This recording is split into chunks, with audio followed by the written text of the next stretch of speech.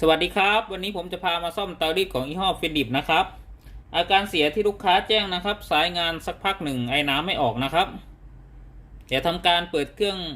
ทดสอบเครื่องดูก่อนนะครับว่าการตามที่ลูกค้าแจ้งหรือเปล่านะครับ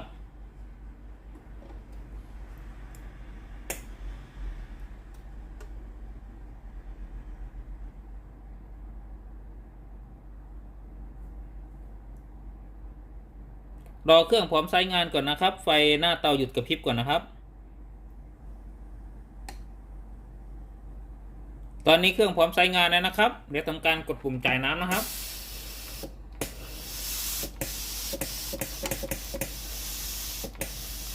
ตอนนี้เสียงวาล์วน้ำทำงานปกตินะครับ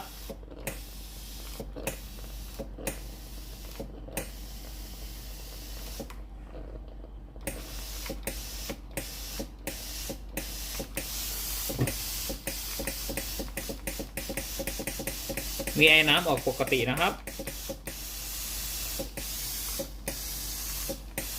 เวลาเรากดปุ่มจ่ายน้ำนะครับคือสวิตช์ด้านหน้าเครื่องนะครับจะได้ยินเสียงวาล์วน้ำทำงานนะครับดังแต๊กๆนะครับตัวนี้คือวาล์วน้ำเปิดปกตินะครับ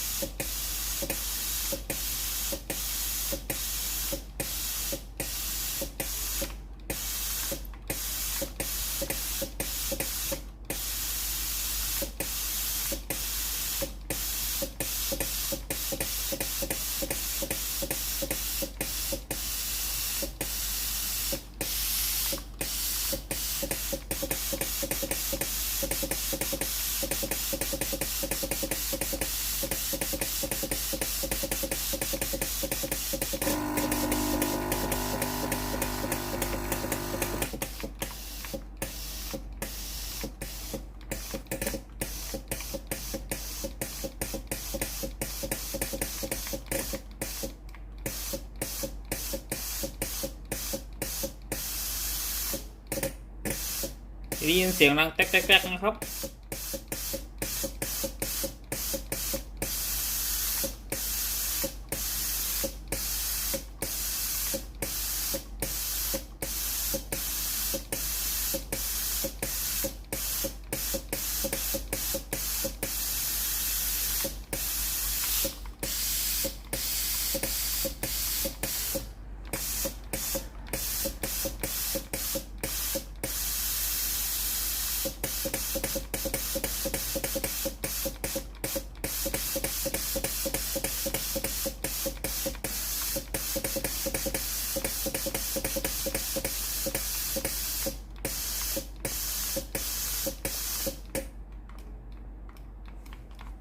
ตอนนี้ไอ้น้ำเริ่มไม่ออกเลยนะครับไม่ได้ยินเสียงวาล์วน้ำทำงานนะครับกดปุ่มจ่ายน้ำเลยนะครับ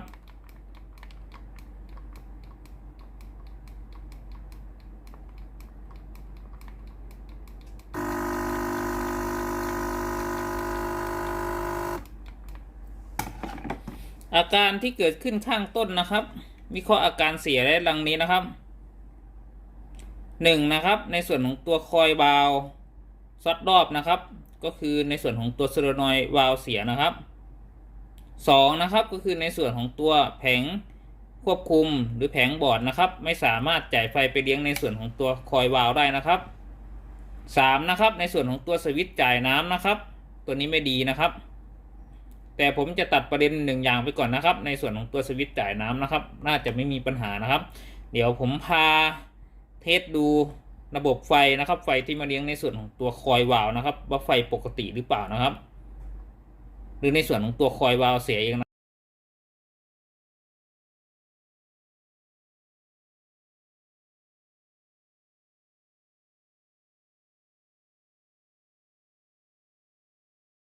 หลังจากที่เครื่องเย็นเนี่ยนะครับเดี๋ยวผมจะพาแกะในส่วนของตัวเครื่องนะครับ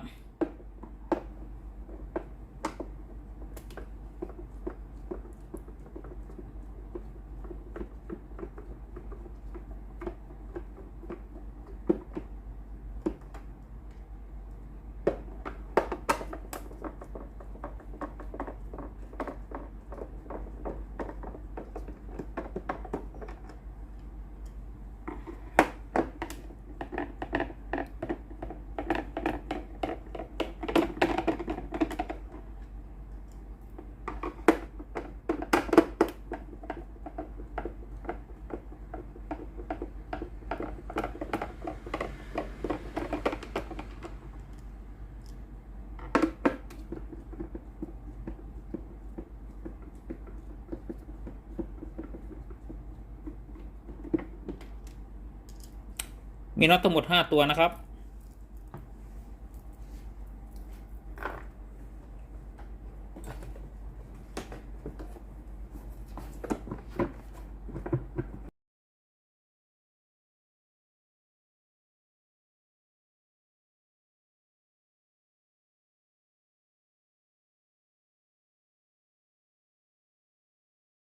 จะพามาดูอะไร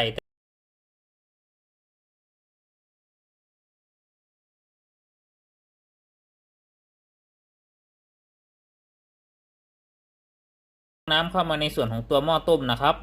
ปั๊มน้ำจะทำงานได้จะต้องมีไฟ220โวลต์ VAC มาเลี้ยงนะครับโดยปั๊มน้ำจะทำการสูบน้ำจากตัวแทงน้ำฝั่งนี้นะครับผ่านมาออกมาฝั่งนี้นะครับได้เข้าตามท่อยางนะครับออกมาฝั่งนี้นะครับเข้ามาในส่วนของตัวหม้อต้มนะครับถ้าได้ยินเสียงปั๊มน้ำแต่ไม่มีน้ำในหม้อต้มก็แสดงว่าในส่วนของตัวปั๊มน้ำมีปัญหาหรือทางต้นทางปั๊มน้ำตัวแทงน้ำอาจจะมีการอุดตันนะครับ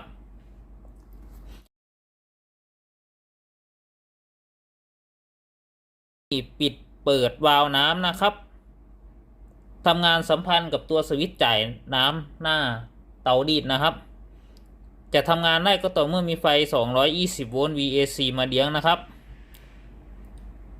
ตัวนี้นะครับก็คือในส่วนของตัวหม้อต้มนะครับหม้อต้มทำหน้าที่ต้มน้ำให้เกิดเป็นแรงดันไอ้น้ำสูงนะครับจะทำงานได้ก็ต่อเมื่อมีไฟ220โวลต์ VAC นะครับมาเลี้ยงในส่วนของตัว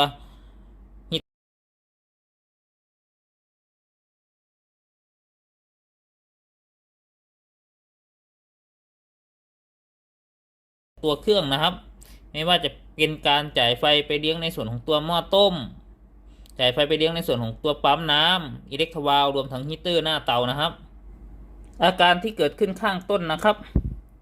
มีอะไรร่วมด้วยกัน2ชิ้นนะครับคือในส่วนของตัว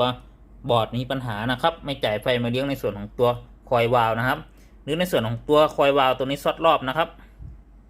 เดี๋ยวผมจะพาเทสระบบไฟนะครับว่าในส่วนของตัวบอร์ดมีปัญหาหรือในส่วนของตัววาล์วน้ำมีปัญหานะครับวาล์วน้ำตัวนี้นะครับรับไฟ220โวลต์ VAC นะครับมาจากบอร์ดควบคุมนะครับผมจะนำในส่วนของตัวหลอดไฟนะครับ220โวลต์ VAC นะครับพร้อมกับปากคีบนะครับต่อร่วมกับตัวสายไฟที่มาเลี้ยงในส่วนของตัวคอยวาล์วนะครับ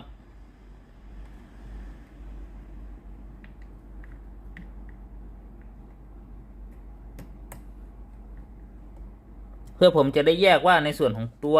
แผงควบคุมสามารถจ่ายไฟมาเลี้ยงในส่วนของตัวคอยวาล์วได้หรือเปล่านะครับ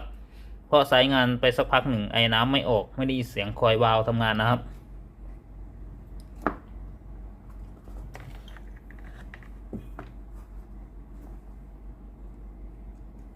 จากนั้นทำการประกอบในส่วนของตัวแทงน้ำเข้าไปในวงจรนะครับโดยที่ผมจะ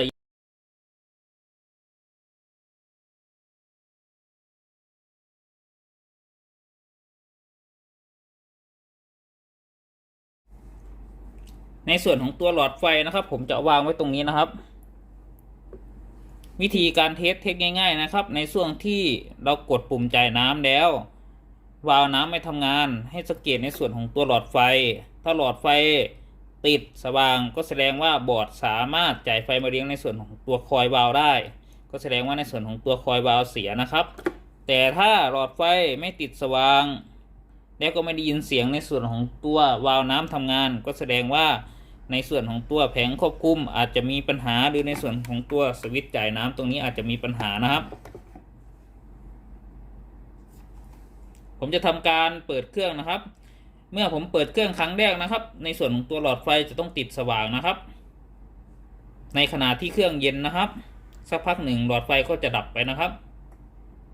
ทำการเปิดเครื่องครับหลอดไฟจะติดสว่างนะครับเป็นการรีเซ็ตวาล์วนะครับของตัวบอร์ดนะครับสักพักหนึ่งหลอดไฟก็จะดับไปนะครับ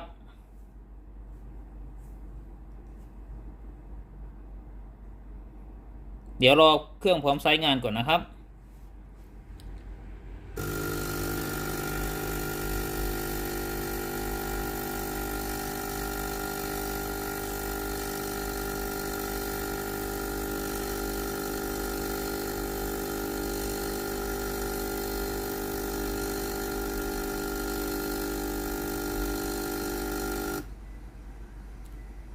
อาการที่เราซ่อมนะครับเป็นอาการที่ไม่แน่นอนนะครับเราต้องแยกให้ออกนะครับมาในส่วนของตัวคอยวาล์วเสีย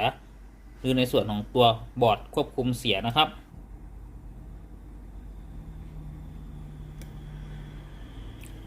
ตอนนี้เครื่องพร้อมใช้งานแล้วนะครับเดี๋ยวผมทำการกดปุ่มจ่ายน้ำนะครับสังเกตนะครับเวลาผมกดปุ่มจ่ายน้ำครับจะได้ยินเสียงวาล์วน้ำทำงานนะครับและหลอดไฟก็จะติดสว่างขึ้นมานะครับ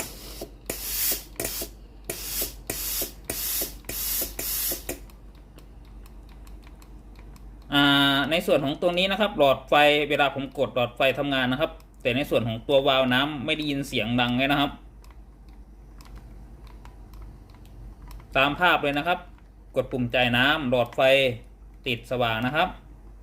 แต่ไม่ได้ยินเสียงในส่วนของตัววาล์วน้ำเปิดนะครับก็แสดงว่า100%เลยนะครับในส่วนของตัวโซเลนอยด์วาล์วนะครับมีปัญหาแน่นอนนะครับส่วนแผงควบคุมสามารถจ่ายไฟมาเลี้ยงในส่วนของตัวคอยวาล์วได้นะครับแผงควบคุมปกตินะครับ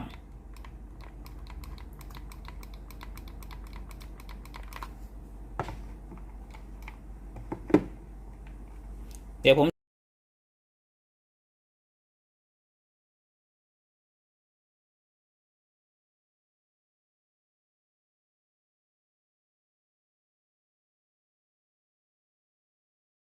หลังจากที่เครื่องเย็นแล้วนะครับผมก็ทำการหมุนในส่วนของตัวปุ่มด้านข้างออกเลยนะครับเพื่อให้ลดแรงดันน้ำในส่วนของตัวหม้อต้มนะครับส่วนหลอดไฟผมก็ถอดเก็บแล้วนะครับนำในส่วนของตัวแทงน้ำออกจากวงจรนะครับถอดสาย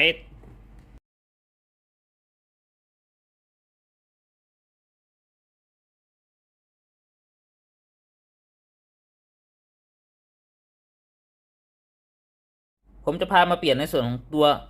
วาล์วน้ำนะครับคือตัวนี้นะครับนำในส่วนของตัวสายไฟที่มาเลี้ยงในส่วนของตัวคอยวาล์วก่อนนะครับ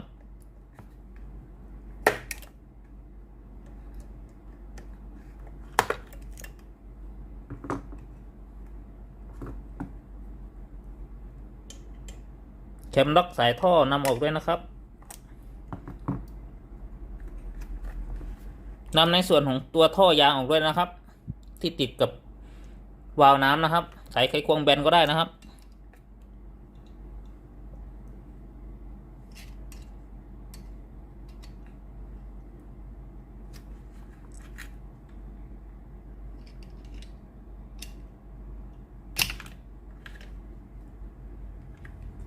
นำในส่วนของตัวคอยวาล์วก่อนนะครับ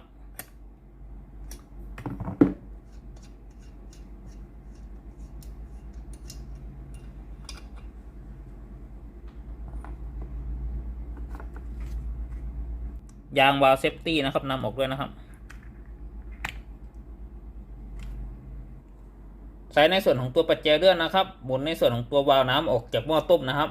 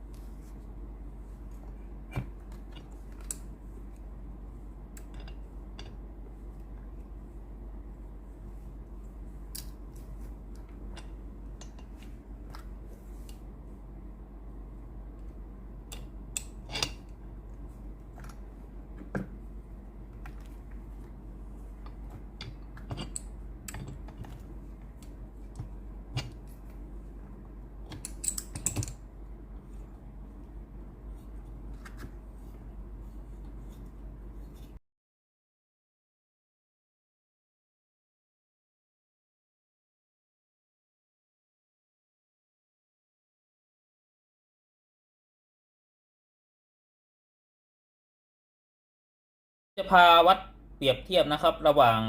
วาล์วน้ำตัวเก่ากับตัวใหม่นะครับ ที่ผมถอดออกมานะครับว่าค่าความต้านทานอะไรจะปกติหรือเปล่านะครับ ให้ทำการตั้งมิเตอร์อยู่ที่คูณ 1K นะครับแตะมิเตอร์แล้วปรับให้ตรงเลขศูนย์นะครับเลขศูนย์ตรงนี้นะครับตัวนี้คือวาล์วน้ำตัวใหม่นะครับตัวนี้คือวาล์วน้ำที่เราถอดออกมานะครับผมจะวัดความต้านทานก่อนนะครับของวาล์วน้ำตัวใหม่ก่อนนะครับ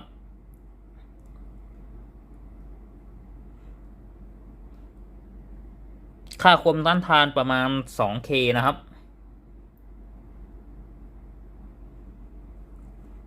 วัดค่าความต้านทานของคอยวาล์วน้ำตัวเก่านะครับค่าความต้านทานประมาณ 2K นะครับ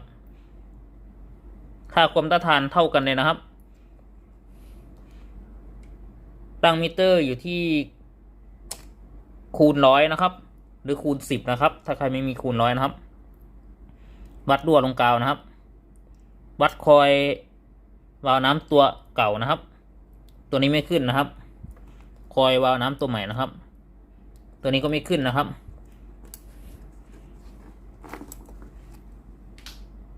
ก็คือในส่วนของตัวค่าความต้านทานของตัวคอยน้ำตัวเก่านะครับ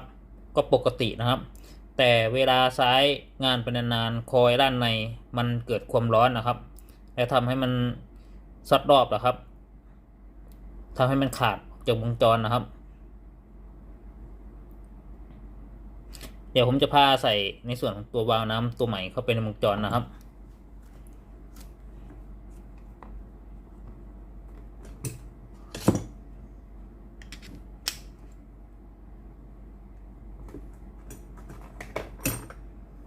เอาในส่วนของตัวคอยวาล์วก่อนนะครับ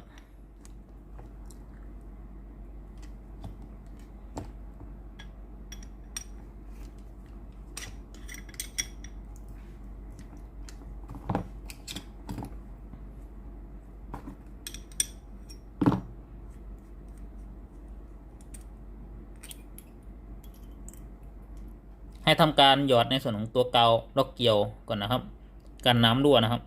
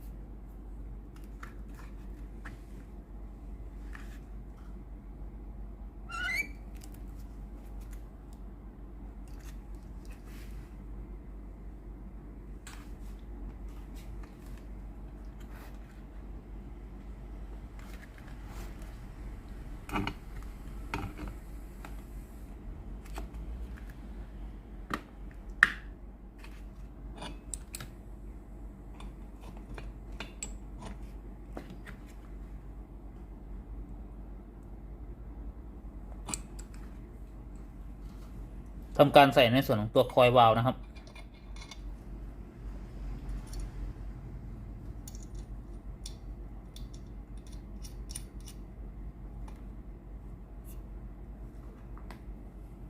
ในส่วนของตัวกาวล็อกเกลียวนะครับช่วยได้มากเลยนะครับในส่วนของตัวน้ำรั่วนะครับ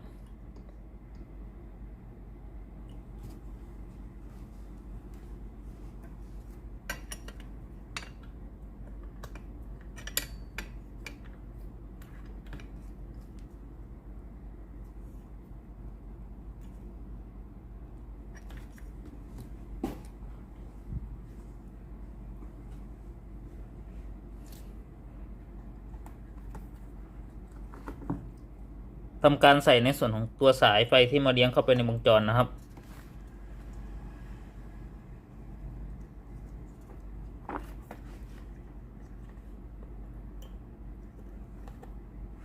ใส่ให้ถูกขั้วนะครับมี2ขั้วนะครับ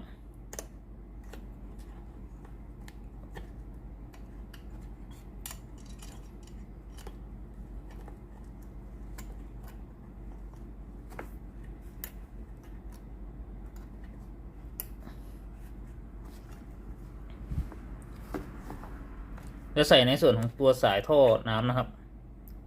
เข้าไปในส่วนของตัววาล์วน้ำนะครับ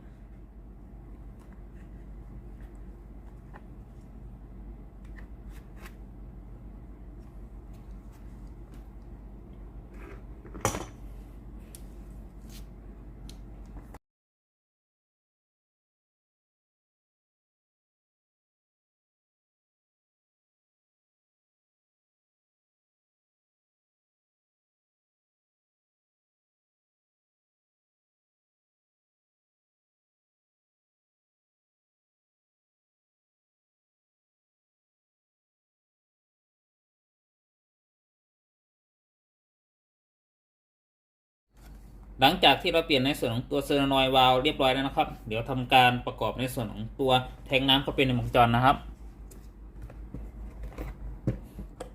ใส่ในส่วนของตัวท่อยางปั๊มน้ำเข้าไปในส่วนของตัวแทงน้ำนะครับและสายท่อน้ำย้อนกลับนะครับตัวนี้สายเสียบอยู่ด้านบนนะครับ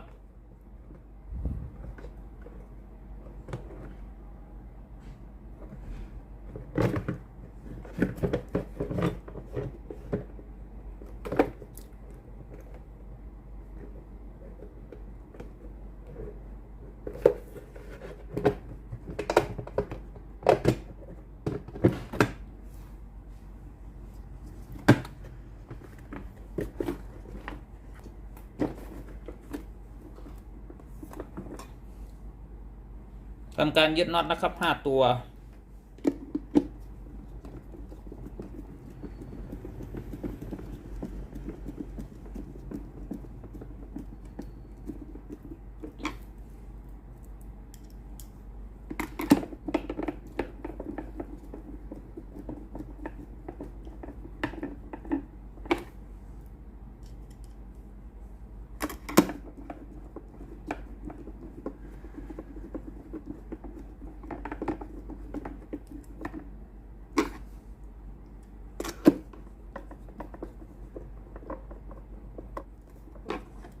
ส่งไลน์ปรึกษาการเสียเบื้องต้นได้นะครับ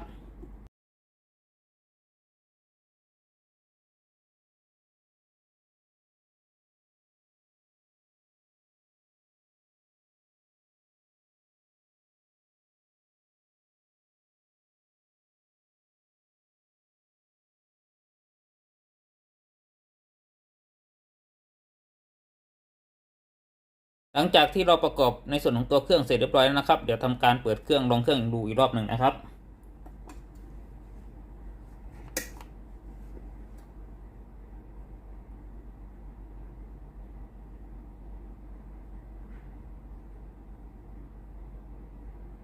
เดี๋ยวรอเครื่องพร้อมใช้งานก่อนนะครับไฟหยุดกระพริบก่อนนะครับ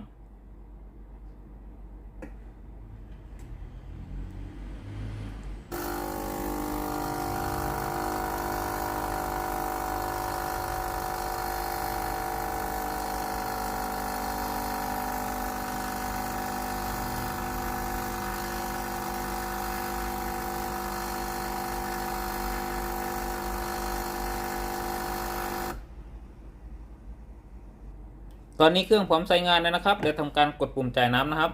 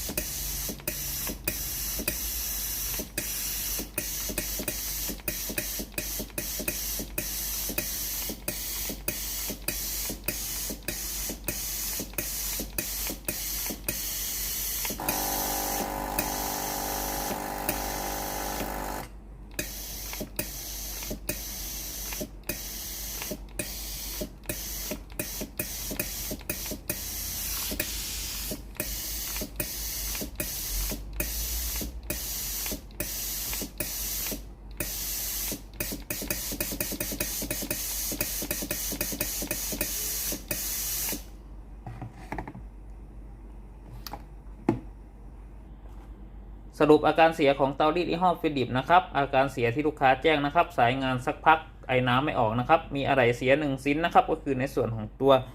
โซเลนอยด์วาล์วเสียนะครับขอบคุณครับที่รับชมคลิปวิดีโอครับขอบคุณมากๆครับฝากกดไลค์กดแชร์กดติดตามเพื่อเป็นกำลังใจให้ผมด้วยนะครับขอบคุณครับสวัสดีครับ